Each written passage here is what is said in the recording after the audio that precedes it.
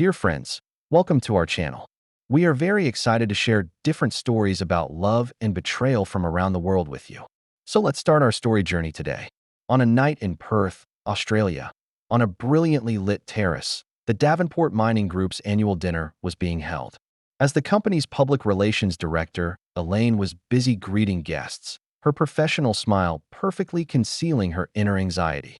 Her husband, Nathan, a renowned mining safety expert, was slowly sipping champagne, seemingly indifferent to his surroundings. At that moment, a young man approached Nathan, holding a glass of wine with a confident smile on his face. Elaine saw this, and her heart instantly accelerated. It was Harlow, an emerging environmental lawyer, who had also been her secret lover for the past 6 months. "So you're the legendary Nathan?" Harlow said in a light tone. "I've heard about your achievements in the industry. To be honest, I've always thought that safety experts are just tools companies use to cover up pollution problems." The noise in the room seemed to disappear instantly. Nathan put down his glass and looked sharply at the young man. Elaine struggled to remain calm, but inside she was already in turmoil. During this time, she had revealed many things about Nathan to Harlow, but she never imagined he would so openly challenge her husband. "An interesting perspective, sir," Nathan replied calmly, his voice deep and restrained. "I wonder how you came to that conclusion. You should know that my team saved 17 lives last year when the Willington mine was on the verge of collapse." Harlow smiled disdainfully. "Typical industry propaganda. I have data showing that your company has caused serious groundwater contamination in the northern exploration area. This is the truth, not the carefully packaged safety myth." Nathan raised his eyebrows slightly, his gaze scanning between Harlow and Elaine. "Data? Interesting. I'd like to know your source of information, because I personally supervised the safety assessment of that area." At that moment, Elaine realized that the situation was far more complicated than she had imagined. She hurried forward, trying to smooth things over. "Mr. Harlow is a member of the legal team recently hired by our company, Nathan. Perhaps we can discuss this topic in more detail another day? Tonight is a time for celebration." Nathan gave his wife a deep look, one that sent chills down her spine. 20 years of marriage had taught her to clearly recognize when her husband suspected something. "Of course, dear," Nathan said, his tone unnaturally calm. "We have plenty of time to discuss in detail." Nathan and Elaine's marriage was once envied by many. They met at the University of Melbourne, where Nathan studied engineering and Elaine studied public relations. After graduation, they got married and settled in Perth, starting their respective careers. Nathan was not a typical workaholic. As the chief safety advisor for the Davenport Mining Group, he certainly had important work responsibilities, but he always respected the balance between work and life. Every Sunday was their family day, and no matter how busy he was, he would refuse work arrangements. They had no children, but raised 2 lovely border collies, Luna and Apollo, who filled the home with joy and laughter. However, as she aged, Elaine began to feel an inexplicable emptiness. Her position at Davenport gave her professional satisfaction, but privately, she increasingly questioned her life choices. She yearned for more excitement, something that would make her feel young and needed. Nathan noticed the change in his wife, but misinterpreted the cause. He thought work stress was causing her mood swings, so he suggested they take a long vacation. But Elaine refused, claiming that the company was facing a series of environmental lawsuits and she needed to stay to handle the crisis. In reality, it was precisely these environmental lawsuits that brought Harlow into her life. Harlow was 11 years younger than her, with an impressive academic background and a rebellious character. He represented the environmental organization Green Future in a lawsuit against Davenport, accusing the company of violating environmental regulations in the northern exploration area. As the public relations director, Elaine was responsible for communicating with the opposing legal team, and Harlow was her main contact. Initially, their relationship was purely professional. Elaine tried to use her expertise and network of contacts to mitigate the public relations crisis caused by the lawsuit. Harlow, for his part, was aggressive, questioning every statement made by the company. The turning point occurred during a business lunch. In the corner of a private restaurant, the conversation gradually shifted from work to personal matters. Harlow shared his passion for environmental causes, while Elaine talked about the challenges she faced in the company. Without realizing it, She found herself confiding things to this young man that she had never told Nathan. "Sometimes I feel trapped," she confessed to Harlow. "I love my husband, but our life has become so predictable." Harlow looked into her eyes. "Life shouldn't just be a series of predictable events, Elaine. We all deserve moments that make our hearts race." Their first intimate contact happened a week after that lunch. A company meeting ended late, and Nathan was away on a business trip. Harlow offered to drive her home, and she invited him in for a drink. What happened next was like an inevitable natural disaster that swept away her rationality and moral principles. Afterward, they began to see each other in secret. Hotel rooms, remote beaches, sometimes even in Harlow's office. This relationship brought Elaine an excitement and vitality she hadn't felt in a long time, but it also came with enormous guilt. Every time Nathan tenderly kissed her forehead or prepared breakfast for her, the feeling of guilt would wash over her like a tide. What complicated matters more was that Harlow began asking her about internal company information, especially data on the Northern Exploration Area. At first, Elaine refused, citing confidentiality agreements. But as the relationship deepened, her stance began to waver. Harlow insisted that this information was crucial for protecting the environment, not for the lawsuit. "I'm not asking you to betray the company," he said. "I just want to make sure the truth isn't covered up. Don't you want to stand up for what's right?" Amid guilt, love, and the desire to be recognized, Elaine began providing some non-confidential information. She told herself that all this information was publicly accessible and that she wasn't violating professional ethics. But over time, it became increasingly difficult for her to draw the line. Meanwhile, Nathan began to notice his wife's unusual behavior. Suddenly canceled dinner plans, mysterious late-night phone calls, and her cold attitude toward Luna and Apollo, who used to be her favorites. As a meticulous safety expert, he was accustomed to noticing details, and now these details were forming a disturbing picture. That casual encounter at the company dinner completely shattered the facade Elaine had carefully maintained. She knew Nathan wouldn't easily let go of Harlow's mention of data. Her husband was always kind and courteous, but in professional matters, his persistence and investigative instinct were legendary. The drive home after dinner was unusually silent. Nathan concentrated on driving, while Elaine nervously checked her phone, trying to contact Harlow to warn him not to do anything rash. Upon entering the house, Nathan went straight to the study without saying a word. Luna and Apollo greeted them happily, but soon sensed the tense atmosphere and quietly retreated. Elaine remained in the hallway, not knowing what to do. Finally, she gathered the courage to enter the study. Nathan was sitting in front of the computer, the screen showing the safety report for the northern area. "Was that young man trying to cause me trouble tonight?" Nathan asked calmly, his gaze still fixed on the screen. "No, of course not," Elaine hurriedly replied. "He's just very passionate about environmental issues." Nathan slowly turned his chair to look directly at his wife. "Tell me, Elaine, what is your relationship with him?" At that moment, time seemed to freeze. Elaine felt dizzy, months of lies and deception like a house of cards about to collapse. She opened her mouth, but couldn't make a sound. "I've had suspicions for some time," Nathan continued, his voice low and calm, a type of calm more terrifying than any anger. "But I didn't want to believe it.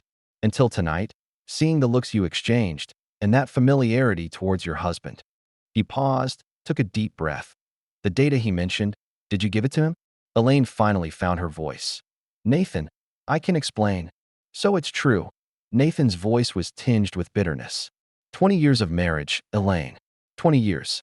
And you chose to betray me, your company, your own professional ethics, for someone you barely know. "Things aren't as you think," Elaine said urgently, tears beginning to form. "I only gave him public information, nothing confidential." Nathan shook his head, interrupting her. "No more lies. I know you, Elaine. Or at least, I thought I knew you." He stood up and headed for the door. "I need some time to think. I'll sleep in the guest room tonight." When Nathan left the study, Elaine collapsed. She fell to the floor, tears flowing silently. She took out her phone and, with trembling hands, dialed Harlow's number. "There's a big problem," she said quietly. "Nathan knows." On the other end of the phone, Harlow remained silent for a long time. Finally, he only said one sentence. "We need to speed up the process." After hanging up, Elaine felt a chill crawl up her spine. She began to wonder how well she really knew Harlow. And at this moment, she wasn't even sure if she still recognized the husband who had confronted her in the study. In the days that followed, Nathan and Elaine barely communicated. He left early and returned late, burying himself in work. Elaine tried to contact him, sending messages, leaving notes, even waiting outside his office. But Nathan simply maintained a polite distance, neither getting angry nor giving in. This calmness made Elaine even more uneasy. She knew her husband's character, gentle but firm, and once he made a decision, he rarely changed his mind.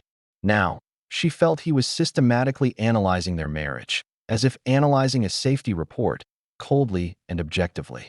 Meanwhile, Harlow was becoming increasingly impatient. The environmental organization Green Future was about to hold a press conference to reveal conclusive evidence that Davenport had caused serious pollution in the northern area. Harlow needed more internal documents to support his accusations, and Elaine could no longer access this information as freely as before. "I need you to get a copy of Nathan's safety assessment as soon as possible," Harlow told her during a hurried meeting. "Especially the groundwater monitoring data." Elaine hesitated. "It's too risky. I've already given you all the publicly available information." Harlow took her hand, with that passionate look that Elaine had come to know well. "It's for a greater good, Elaine. Think about the communities that depend on clean water. Think about future generations. We're doing the right thing." Just a few months ago, this kind of argument would have moved her, but now, Elaine was beginning to question Harlow's true motives. His concern for her seemed to be diminishing, while his demands for company documents were increasing. However, guilt and fear of her marriage breaking down led her to continue cooperating. One night, after making sure Nathan was asleep, she slipped into the study, logged into her husband's home computer, and began searching for relevant files. She didn't notice that at the entrance to the study, on the carpet, there was an almost invisible thin wire connected to a mini camera. The next morning, Nathan didn't leave the house as usual. When Elaine came downstairs, she found him sitting at the kitchen island, with an untouched cup of coffee and an open laptop in front of him. "Sit down, Elaine," he said quietly. "We need to talk." On the screen played the video from the previous night, clearly showing Elaine searching through her husband's files. Nathan closed the video and turned to his wife. "What were you looking for last night?" Elaine stood frozen, unable to respond. She had never seen that expression on Nathan before, calm with deep disappointment and determination. "I've already contacted a lawyer," Nathan continued. "Divorce papers are being prepared. I thought we could at least end this marriage with some dignity. But it seems you and your lawyer friend have other plans." "Nathan, please." Elaine finally found her voice. "I can explain." "Explain what?" Nathan interrupted her. "Explain why you betrayed our 20 years of marriage. Or explain why you sold company secrets to someone you barely know. Or perhaps explain why you preferred to stab me in the back rather than tell me directly that you no longer loved me." Elaine was speechless. At that moment, she finally saw the truth of her actions. She hadn't just been unfaithful, she had betrayed everyone who trusted her. "I'll move out this afternoon," Nathan stood up. "I've already packed the things I need. The house can stay with you, but please take good care of Luna and Apollo. They shouldn't suffer because of our problems." Just as Nathan was about to leave, his phone rang. It was Montgomery, the company president, calling personally. The call was brief, but enough to make Nathan's expression turn grave. "What's wrong?" Elaine couldn't help but ask.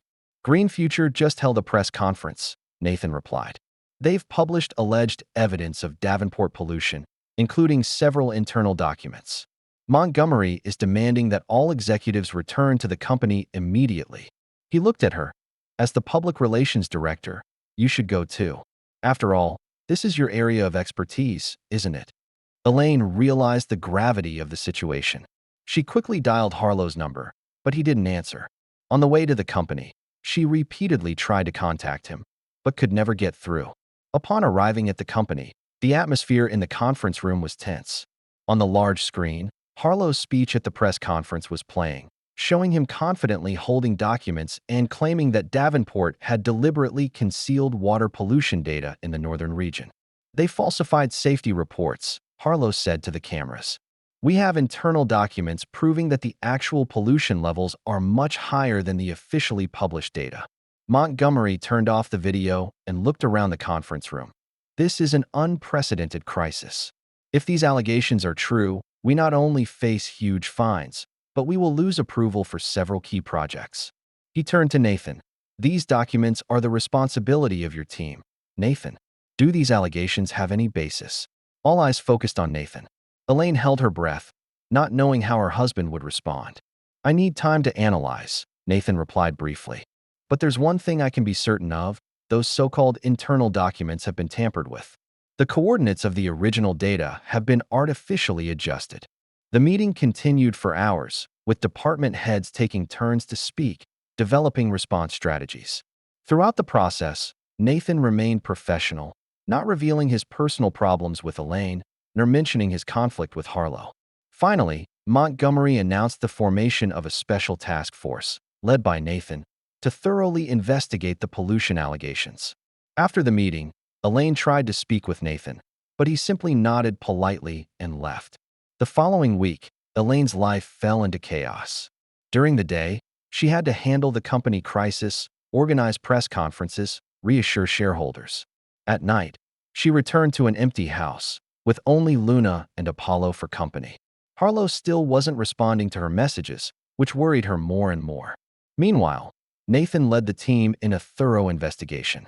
They re-examined all water samples, reanalyzed historical data, and even invited independent institutions to participate in the assessment. The results were surprising. Not only were no pollution problems found, but they discovered that the coordinates in the supposed internal documents presented by Green Future had been deliberately altered, mixing data from unrelated areas into the report. Just as the investigation was coming to an end, Nathan received an anonymous email with 2 audio recordings and several photographs. In the first recording, Harlow was discussing with an unknown person how to manipulate data to win the lawsuit, clearly mentioning Elaine as their inside helper. The second recording was more intimate, with Harlow boasting to a colleague about how he had used Elaine's feelings to obtain company secrets. "That poor woman is completely infatuated with me," Harlow said in the recording, his tone contemptuous. "She would rather betray her husband of 20 years than deny me anything. Honestly, I never thought it would be this easy." The photos showed Harlow and Elaine in intimate situations in various locations, some clearly taken during work hours, with cafes and hotels near the company as backgrounds. Nathan stared at this evidence, feeling nauseous and angry. Although he already knew about his wife's infidelity, seeing these proofs, hearing Harlow speak so contemptuously about their relationship, caused him intense pain. After deep reflection, Nathan decided to hand over the recordings to Montgomery, but without including the photographs. He knew these photos would completely destroy Elaine's reputation, and although she had betrayed him, he didn't want to take revenge in that way.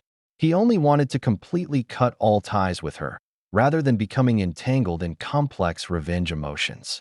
"These recordings confirm our investigation conclusions," he told Montgomery calmly. "But I suggest we focus on the data manipulation, not on personal relationships. That's not the company's main concern." Montgomery looked at Nathan with a complex expression. "You're calmer than most, Nathan. If it were my wife and a lawyer." "Ex-wife," Nathan corrected, his tone calm but firm. "From the moment she decided to betray me, our marriage was over. I only care about facts and truth. The rest doesn't matter anymore." Finally, on another late night, Nathan made a decision.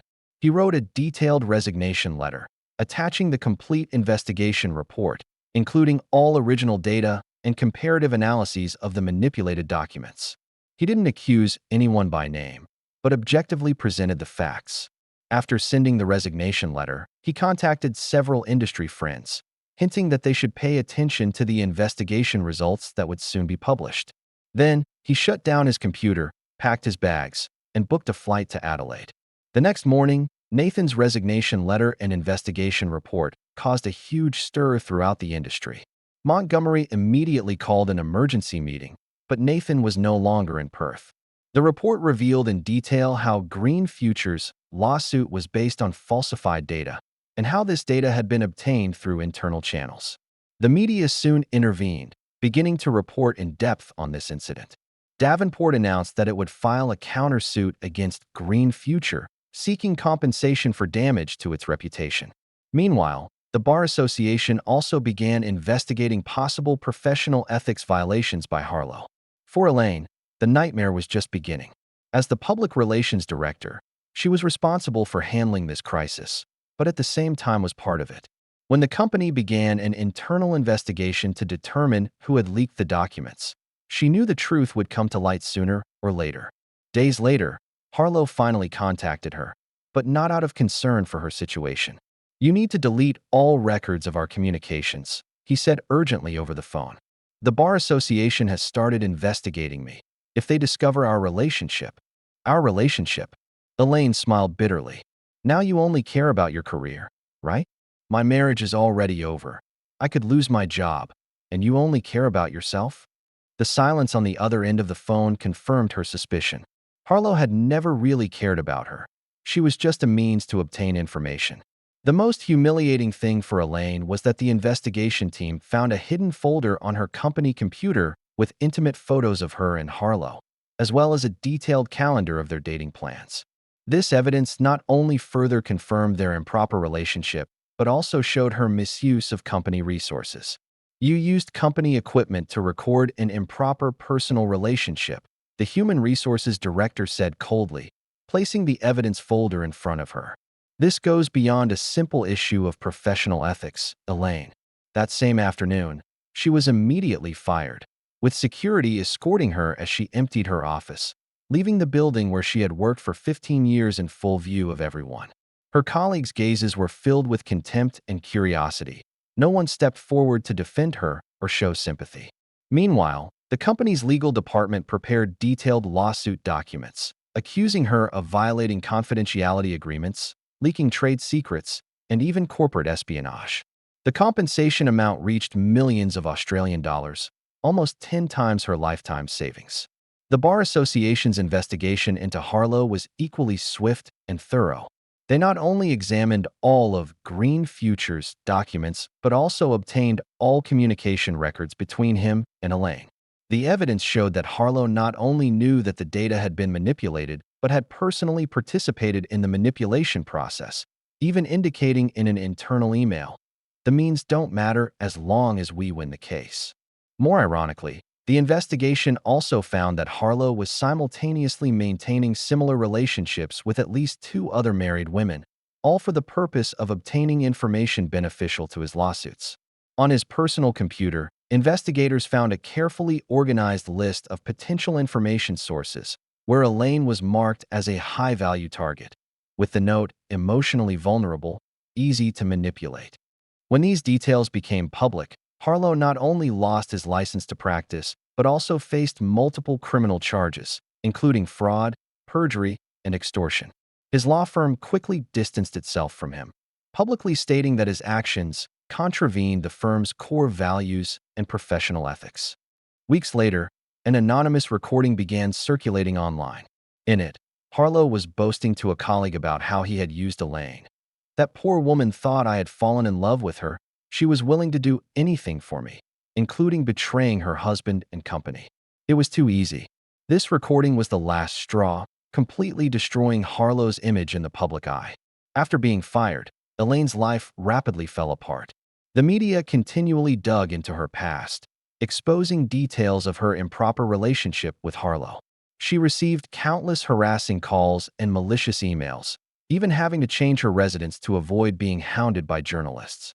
She tried to contact some old friends for support, but the calls went unanswered, or she received only polite but distant responses.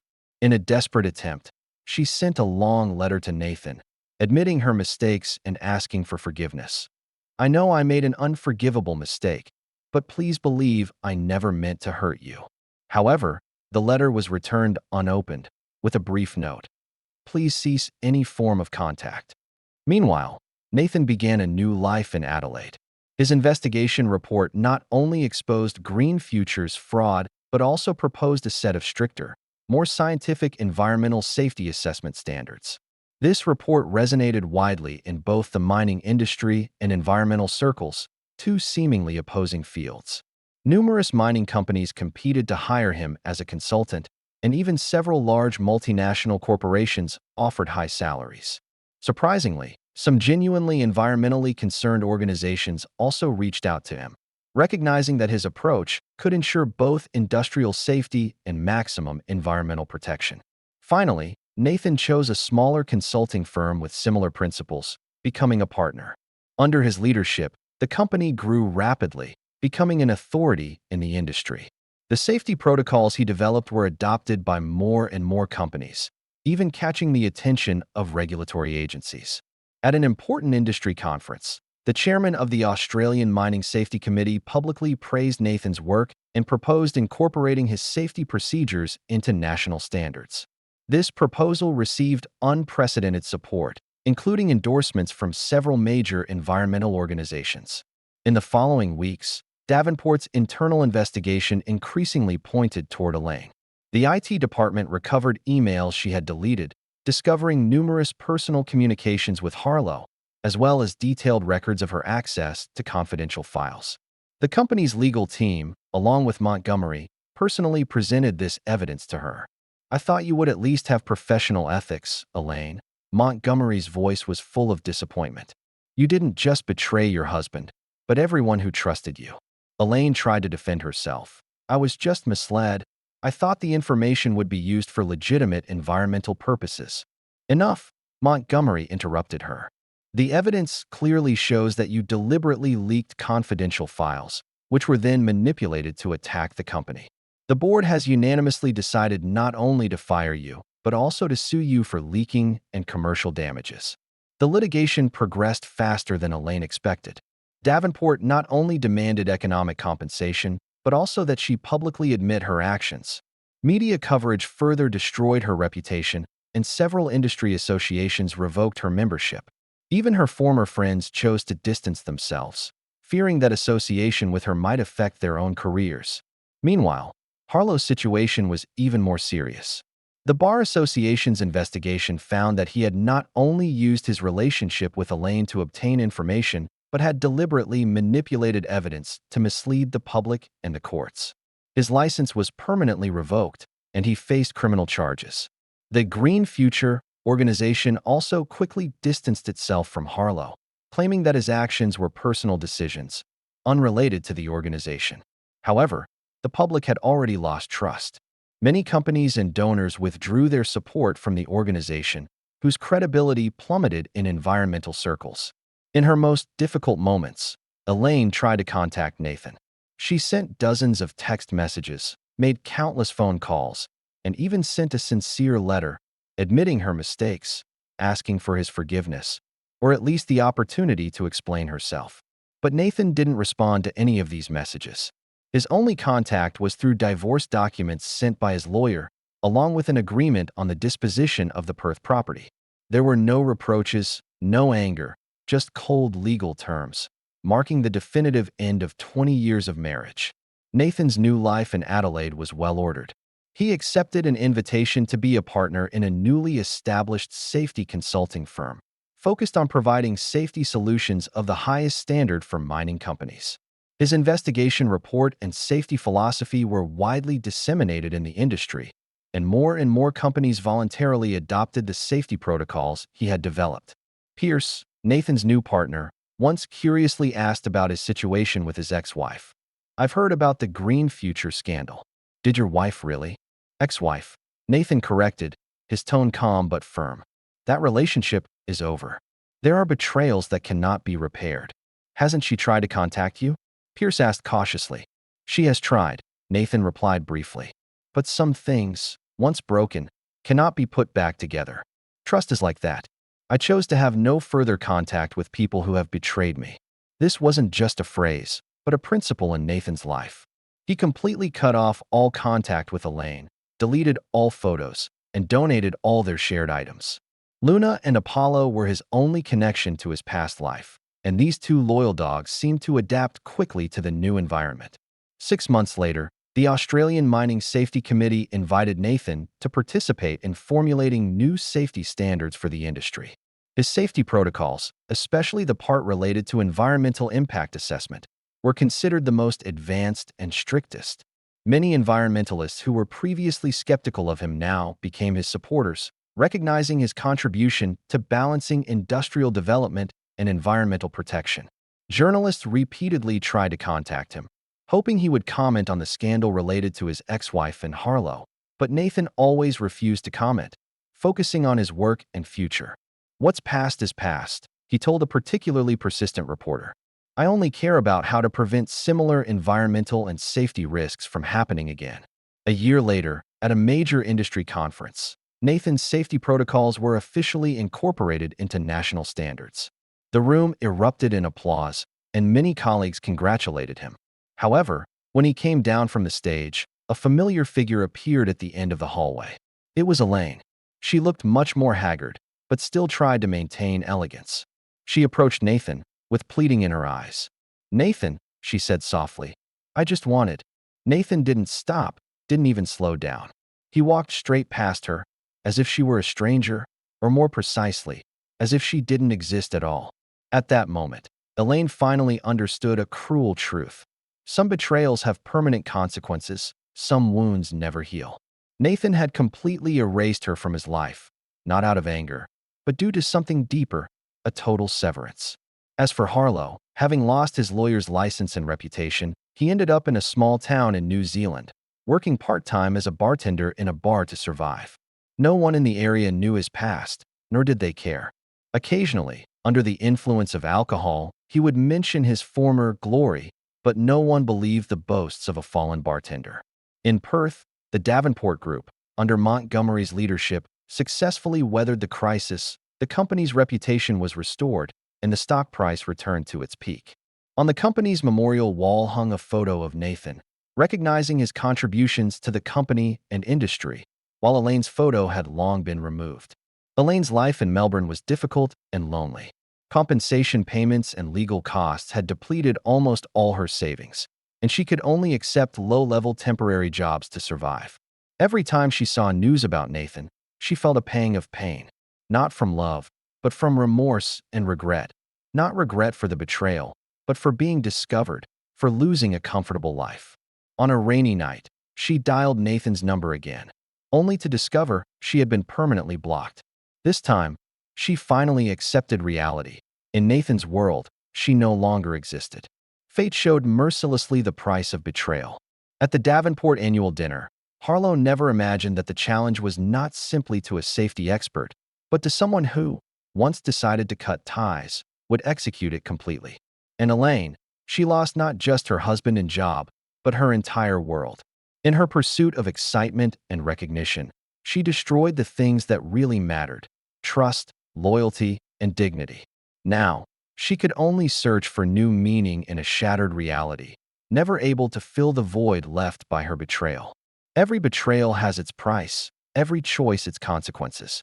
At life's crossroads, our decisions shape our destiny, and some mistakes, no matter what, cannot be repaired.